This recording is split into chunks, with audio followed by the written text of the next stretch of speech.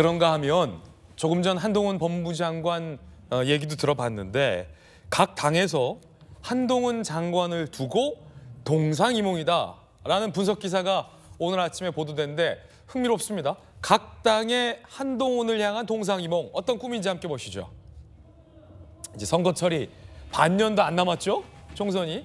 국민의힘에서는 총선에서 여권의 얼굴 역할을 기대하며 험지 출마를 요구하는 목소리도 있습니다.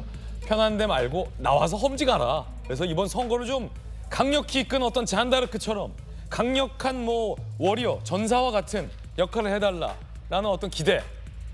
대통령실에서는 나가긴 어딜 나가. 나가긴 어딜 나가. 법무부 장관 잘하고 있는데 내각에 남아서 국권이 지금처럼 국정에 좀 뒷받침을 해야 한다. 동훈이가 나가면 안 되잖아. 이런 목소리. 민주당에서는 야 탄핵. 나가긴 어딜 나가. 탄핵이다. 탄핵을 추진한다. 참 동상이몽입니다. 큰 선거를 기획하고 이끌었던 경험이 있는 김영주 의원님.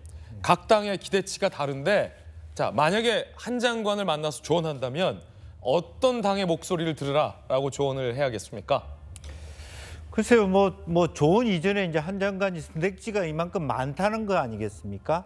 다만 이제 대통령과의 교감 속에서 아직은 한동훈 장관이 대통령이 보는 관점은 이재명 재판까지 마무리해 줬으면 좋겠다. 대통령실에서는? 네, 그렇게 생각이 들고요. 만약 한동훈을 교체할 것 같으면 총리를 따라서 교체해야 됩니다. 제가 느낄 때는 지금 네.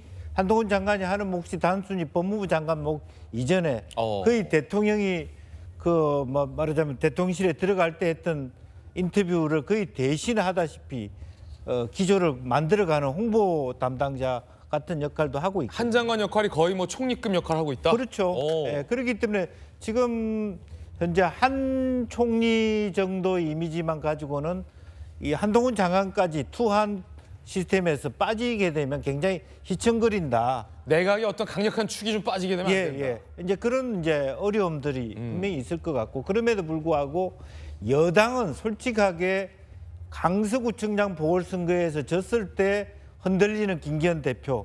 그다음에 이제 원내대표조차도 수도권에서 안 먹히는 인지도가 낮은 인물이기 때문에 물론 이제 강서구청장 선거가 어떻게 될지 모르지만 만에 하나 혹시라도 상당한 차이로 만약에 어쨌든 지게 된다라면 수도권이 굉장히 내년 4월까지 밀릴 가능성이 있는데 이걸 안 막아주면 뚝이 무너진다. 이런 위기의식이 있는 거라고 보여지고요. 그다음에 이제 민주당 입장에서는 어쨌든 이 한동훈이 어쨌든 최근 여론조사에서도 가장 강력한 그러니까 빨리 없애버려야 되고 부분이니까 없애는 것이 아니라 이도 저도 못할 수 있는 방안. 그게 탄핵 카드거든요. 그러니까 옛날에 이상민 장관 탄핵처럼 실제로 탄핵을 시킨다기보다는 그 탄핵 결과가 나올 때까지 내년 총선 기간 동안 출근을 못하게 만드는 손발을 묶어버리는 그런 절묘한 수를 갖고 기다리고 있는 거예요. 아니 근데 그 이유 때문에 탄핵하면 안 되잖아요. 안 되죠.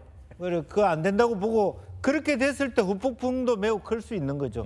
오히려 한동훈이 탄핵되면 한동훈이 실제로 말하자면 마포 정청래하고 같이 붙는 데보다 더 많은 성전에 플러스 요인이 될 수도 있다. 그거는 지금 가늠하기 힘들다. 그렇군요. 실제 한동훈 장관이 총선에 뛰어졌을 때 큰 역할을 못할 수도 있다. 그렇게 생각이 듭니다. 한 장관 한마디 했습니다. 들어보시죠. 장관님의 탄핵을 민주당에서는 국감 이후에 보고 결정하겠다 이런 말을 홍익표 원내대표가 하셨는데 왜 지금 안 하시죠? 왜 지금 안 하시는지 모르겠네요. 우리 헌법의 제정자들이 자신들이 만든 이 탄핵이라는 중대한 제도가 이렇게 민주당이 쓰는 것처럼 범죄 혐의자를 옹호하는 도구로 악용될 거라고는 상상도 못했을 것 같습니다.